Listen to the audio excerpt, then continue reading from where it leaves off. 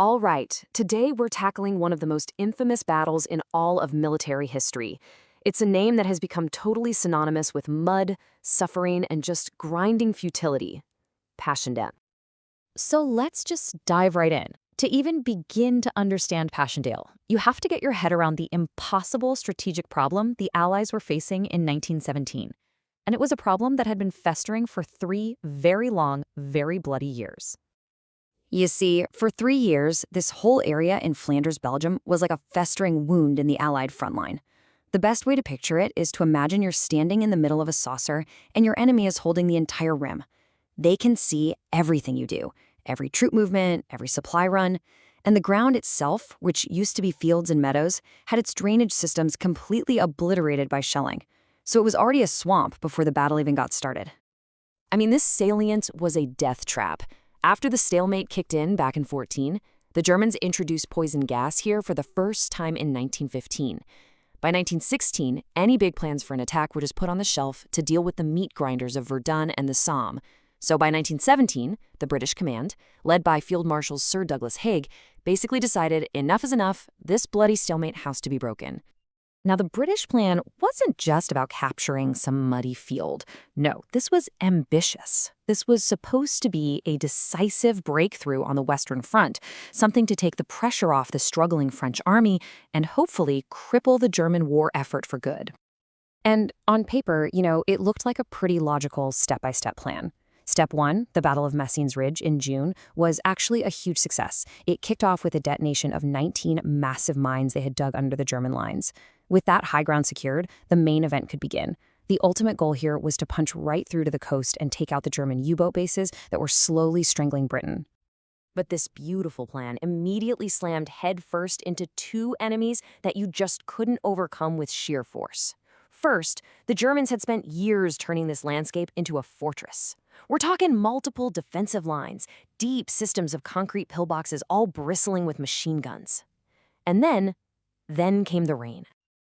Just to give you an idea of how bad it was, this is the amount of rain that fell in August 1917 alone. People looked back at 80 years of weather records and found it was the wettest August in 30 years. Now remember, the massive preliminary artillery bombardment had already churned the ground into mush and destroyed what was left of the drainage. So when that rain came, it turned the entire battlefield into an impassable swamp. So the big offensive, which started on July 31st, was literally drowning from the get-go. Men and horses just sank into the muck. Rifles got clogged and became totally useless. The whole grand breakthrough was basically over before it even really began. So, faced with this absolute disaster, Field Marshal Haig didn't call the whole thing off. Nope. Instead, he shifted the main effort over to General Herbert Plummer's Second Army. And they adapted. They came up with a new strategy, which led to a new and even more brutal phase of the battle. What's really fascinating here is this total shift in thinking. They went from trying to get a glorious breakthrough to this brutal, methodical grind. No more heroic charges deep into enemy territory.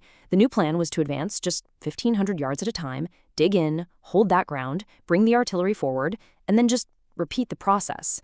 It was slow, it was incredibly costly, but it was designed for the grim reality of this battlefield. And this chart just perfectly illustrates the core of this new bite and hold tactic. It was all about concentrating an insane amount of firepower on a very, very narrow front.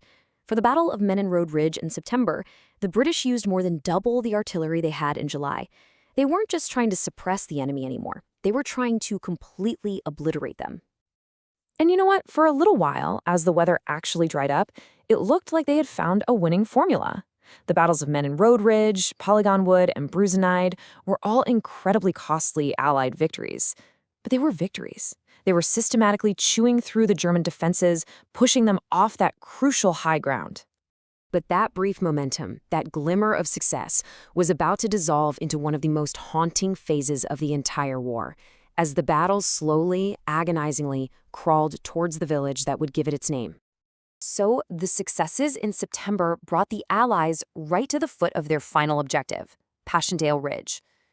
But just as they were getting ready for that final push, the heavens opened up again. The conditions, which were already horrific, became something almost indescribable for the soldiers on the ground. This wasn't a battlefield anymore. It was a hellscape of liquid mud. Wounded men who fell off the narrow wooden paths, the duckboards, would just disappear, drowning in water-filled shell craters. Huge artillery guns sank up to their axles.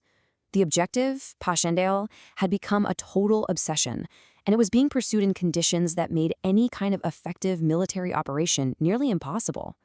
To take that final ridge, they had to bring in fresh troops. The Canadian Corps came in to replace the exhausted Anzacs.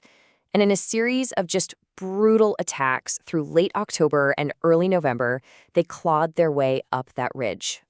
On November 6th, they finally took what was left of Passchendaele village.